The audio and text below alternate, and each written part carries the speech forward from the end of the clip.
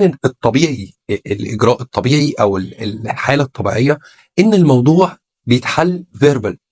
هو ارتكب خطأ ما، كالعاده هو هيقول لك انا ما كنتش اعرف، او انا ما خدتش بالي، او انا يقعد يحكي لك ظروف عن مثلا الخلاطه اللي عطلت، او الفايبر اللي خلص فجاه، او الصنايعيه اللي سابوه ومشيوا.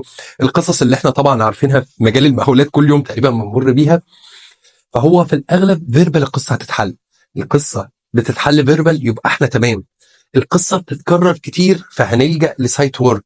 القصه بتتكرر كتير وما بتتحلش فهنصعد لان سي ار. وكل ده يتم بحرص شديد جدا عشان ما ندخلش في النقطه اللي انا قلتها، ان احنا دايره من الورقيات مش هتؤدي الى شيء غير ان احنا هنعطل الشغل، ومش هتهد المقاول او مش هتخلي المقاول يلتزم، لان اللي ما خافش من ان سي ار مش هيخاف من 10.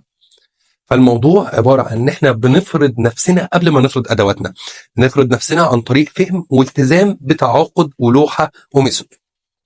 طبعا اي مقاول هيجي يقول لك ده انا اصلا خسران في البند، مش بتاعتي. انا هساعدك وانا هحاول اخليك تكسب على قد ما تقدر، وانا مش هعطلك وانا مش هضغطك في حاجات زياده، بس انت سعرت على الحاجه الفلانيه بالطريقه الفلانيه، فلو سمحت التزم بيها. ولو